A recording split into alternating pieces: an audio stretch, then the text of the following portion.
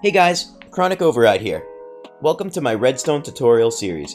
In today's video, we're going to be going over the basics, all the components and power sources for every redstone component in Minecraft, along with all of their properties and behaviors. Whether you're a complete beginner or a redstone pro, I'm sure you'll find this tutorial as a good guide to reference and to send your other friends to who may not be so good at redstone yet. If this video helps you out, please drop a like and hit that subscribe button. I'll be posting more tutorials very soon. Before we jump into it, I just want to say that this tutorial was designed for Bedrock Edition. There are some differences in Redstone and commands between Bedrock Edition and Java Edition.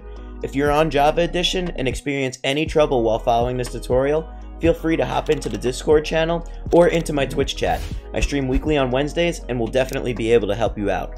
Alright, let's jump into it. Okay, so the first component we're going to talk about is Redstone Dust. Redstone Dust is an essential component to most redstone builds. Think of Redstone Dust as a wire. It carries signals from a power source to a redstone item to power or unpower things. This is what Redstone Dust looks like when it's unpowered, and this is what it looks like when it's powered. And when placed next to each other, it forms a wire. It can be used to form loops, it can be used to create forks, and it can be used to create grids, which can be used to power things in a variety of different ways. In Minecraft, there are two main types of activators. We have constant activators, which provide constant power, and we have manual activators, which provide power when they're pressed or held down. We're going to talk about constant activators first. Constant activators are redstone torches and redstone blocks, which provide constant power at a strength of 15 to any redstone circuit or component that is connected to them. Redstone torches, when powered, so if I send power to that torch, can be inverted to be off. Redstone torches will power anything next to or above, but not below. Redstone blocks will power any redstone next to, but not above, unless it is a redstone component that is directly connected to the redstone block. So this is a visual representation of how signal strength works. So as I told you guys, redstone torches and redstone blocks provide a signal strength of 15 to any redstone dust that they're connected to. So as you can see, there's a redstone torch down here powering this redstone dust, sending a signal strength of 15 through it. So as we go out 15 redstone dust blocks, it'll continue to power every single one of them all the way out to this torch. But if we were to extend this wire out one more to 16, and then place the redstone lamp down, it won't work anymore. If you need to extend this or any wire past 15, you would need to use a repeater, which we'll talk about right now. So repeaters can be used in a variety of different ways. So like we just said, you can use a repeater to amplify a signal past 15 blocks. However, redstone only travels through repeaters one way. They can also be used to add delay to circuits. They're frequently used in compact redstone builds because you can place them right next to each other without the wires crossing. And finally, they can be used as a lock when you send power through the side of them.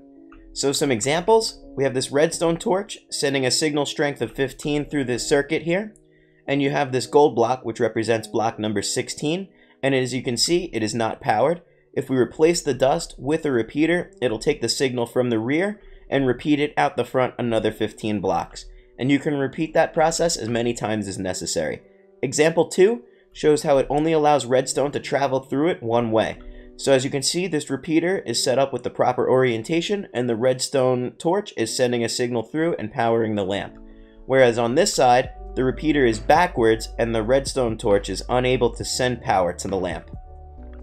Example 3 shows how you can use repeaters to add delay to circuits.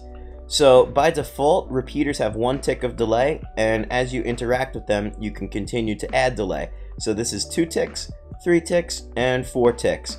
So on this circuit, I have a combined of 8 ticks of delay.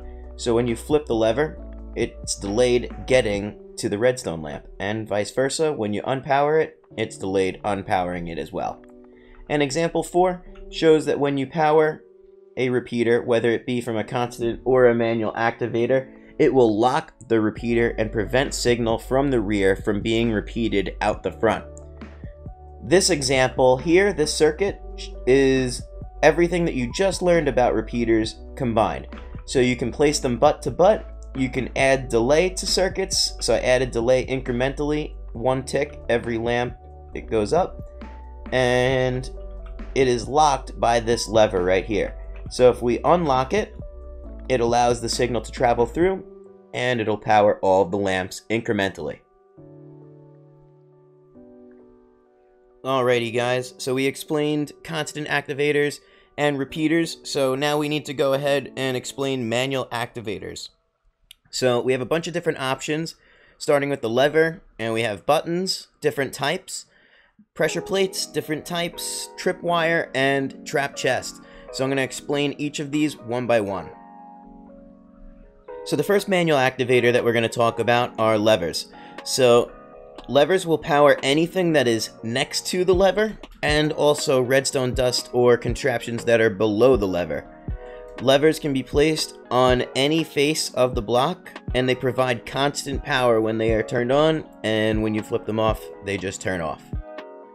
Now, let's take a look at buttons. We have two main types of buttons. There are wooden buttons and stone buttons. Wooden buttons provide a 1.5 second redstone signal, whereas stone buttons provide a 1 second redstone signal. They will power any redstone dust or contraptions that are directly next to them, or a block below, as you can see here. These are all of the buttons that Minecraft considers wooden buttons, and these are the two that it considers stone buttons. And buttons, just like levers, can be placed on any face of the block.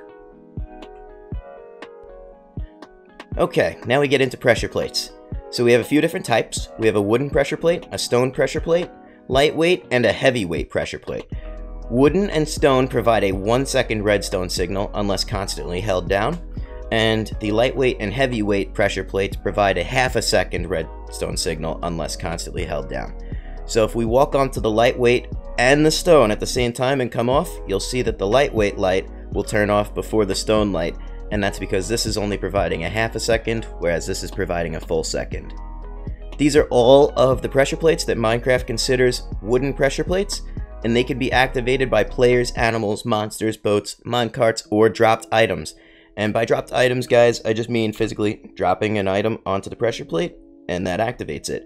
Whereas stone pressure plates can only be activated by players or monsters. Dropped items will not activate it, nor will minecarts or boats. Lightweight pressure plates work a little bit differently. They can be activated by players, animals, monsters, boats, minecarts, and dropped items, but the signal strength differs when you put a different amount of dropped items on them. So for the lightweight pressure plate, it requires 57 dropped items for it to put out a signal strength of 15. For the heavyweight, it requires 598 items for it to put out maximum signal strength of 15. And that is literally dropping the items on top. So you could use this if you wanted a player to like drop their full inventory before going into a room or whatnot. There's a bunch of different uses for these, and anything below their maximum power output number will output a lower signal strength. Pressure plates will activate any redstone or redstone items that are next to or below, but not above. Okay, tripwire. Tripwire provides a 1/2 second redstone signal unless constantly held down. They can only be placed horizontally, and you have to place 2 tripwire hooks down connected with string. The hooks can be placed up to 40 blocks apart, and they'll be activated by players, animals, monsters, boats, minecarts, or dropped items. So yes, you can drop an item on there, and it will activate it, and as you can see, it will activate anything redstone dust or contraptions next to or below it. Okay, trap chests. So trap chests are pretty cool too. They are frequently used to activate a trap if somebody's trying to steal your stuff. They produce a 1 second redstone signal, and they are activated when you open the chest or another player opens the chest. The only visual difference between this and a regular chest is this little red or brownish clasp around the lock. And the signal strength will increase with the number of people looking into the chest. So as you can see, because I'm the only one looking into the chest, only these 2 lanterns to the sides are activating, because it's only outputting a signal strength of 1. It's not reaching this redstone lamp. Detector rails. So detector rails are hooked up to minecart systems, and when a minecart rolls over them, it will activate a redstone circuit. It will activate anything next to or below the detector rail. Daylight sensors. So these detect daylight unless they are inverted to detect nighttime. And by inverted, I mean you can interact with them and they will switch from daytime to nighttime. And I have two command blocks here, so we can switch it to daytime, and as you will see, they will switch and activate. It will activate any redstone next to them or below them. Alright, and finally, observers. So observers have two faces that we need to pay attention to. This is the face that does the observing, and this is the face that outputs the redstone signal. Observers detect changes in block state. So right now it's detecting that this is a block of air, and when this piston moves the smooth stone, it will detect that it is a change in block state and will output a redstone signal for a second. When we move the piston back and the smooth stone returns to its home position, it detects that it's now air and there's another block state change, so it activates the redstone lamp again. It also detects when you move the physical observer itself as a block state change. So if you connect it to a sticky piston and move it back and forth, it will output a redstone signal every single time that it is moved. Observers are frequently used in automatic farms. So let's say, for example, we have a sugarcane farm, right? And it grows to be too tall. The observer detects a block state change when it reaches too height, and it will automatically activate the piston to cut it down. Some people will have hoppers or whatnot, and an automatic collection system that can dump it into a chest, and this has a bunch of different other uses. Okay, now let's take a look at comparators. Comparators are probably one of the most complex redstone items to wrap your head around, but I tried to make this as easy as possible for you guys to understand. So let's take a look at it. There's a couple of different uses that you can use the comparator for. It can be used to measure the contents of a container, whether that be a chest, hopper, whatever. It can be used to compare redstone signal strengths, and it can be used to subtract redstone signal strengths. It has the two modes, like I was saying, the compare mode and the subtract mode, and you just interact with the comparator to switch modes. It cannot be used as a repeater if you try to send a redstone signal through it on one end and out the other. It will carry the signal, but it will not repeat it past the 15 blocks. So the first example that we're going to look at here is it measuring the contents of this chest. So as you can see, this chest is completely full of emeralds, and the comparator will output a signal strength of 15 because it is full. I have a hopper hooked up to this piston here, which will drain this chest into that chest. And as soon as I do that, the signal strength is going to start to weaken, and you'll see the lights start to turn off. So let's move that piston, and you'll already see that because it's not full now, that the end number 15 light is off. And if I go ahead and speed up the process and pull 2 stacks of emeralds out, you'll see it turns another light off. And it will continue to go until all of the lights are turned off and the chest is empty. Or you flip the lever to stop the process. The next example that we're going to look at is compare mode also, but this one is comparing different redstone signal strengths. So it compares the left side input to the rear input. So as you can see, the left side signal is weaker than the rear input signal. And that's because the Redstone Torch is putting out a signal strength of 15. So we have 15, 14, 13, 12, 15, 14. So because the rear is stronger, it is outputting a signal which is turning on the redstone lamp. Whereas in this example, the left side input is stronger than the rear input, and that is why there is no output and the redstone lamp remains off. So some of you might be asking, how do you calculate the redstone signal strength? So it's very, very simple. Redstone torches and redstone blocks, like we said, give off a strength of 15. Each block of redstone that the signal travels through reduces that signal strength by 1. So if we go back to that circuit that we were just looking at, 15, 14, 13, 12. So the left side has 12, 15, 14, and the back side has 14. This one, 15, 14. Left side has 14, rear side has 15, 14, 13, 12. Now, let's take a look at the subtract mode.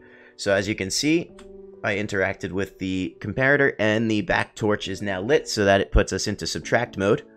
On the left side, we have a signal strength of 11, so 15, 14, 13, 12, 11. And on this side, we have 15, 14, 13, 12. 12 minus 11 equals 1. And as you can see, one piston is pushed out. If we were to change this to, let's say, change this and put it here, now we have 15, 14 minus 11, and that gives us 3. Okay, so we talked about constant activators and we talked about manual activators. Now we need to talk about some things that you can use those activators to activate. So I made a list here for you guys. First we have a piston. Pistons push blocks. You also have a sticky piston which can push and pull blocks. A bell which rings. A redstone lamp which lights up. Powered rails which will automatically power the minecart, so you do not need to hold W while you're riding the minecart. You have note blocks which will change their note depending on the signal strength that is sent to them. Target blocks which output a different signal strength depending on where you shoot them. Armor stands will dance when a redstone signal is sent to them. Dispensers will dispense or shoot items when you send a redstone signal to them. TNT will obviously blow up when you send a redstone signal. Jukeboxes can be used to send out a redstone signal when you put a CD in. And then obviously we have command blocks, and I'm going to be doing a whole tutorial series on these. So I put a sign here. Whoa there, Tiger. We'll get to these. Learn some redstone first. And this map is going to be available for you guys. I'll put a download link down in the description in case you wanted to come in here and reference anything. Alrighty guys, I hope this tutorial helped you out. If it did, please drop a like on the video and subscribe to the channel. I'm making a bunch more tutorials, including that command block tutorial series that'll be coming out real soon. And I make Minecraft custom maps that you can also check out. The links will be down in the description below, along with the download link for this map in case you wanted to come into here yourself and check anything out. And as always, if you have any questions, you can feel free to hop into my Discord channel, and I stream weekly on Twitch on Wednesdays. Feel free to hop into the Twitch chat. I'll be happy to answer any questions that you have or help you figure out any kind of redstone questions that you might have. Alright, until next time, have a good one, guys.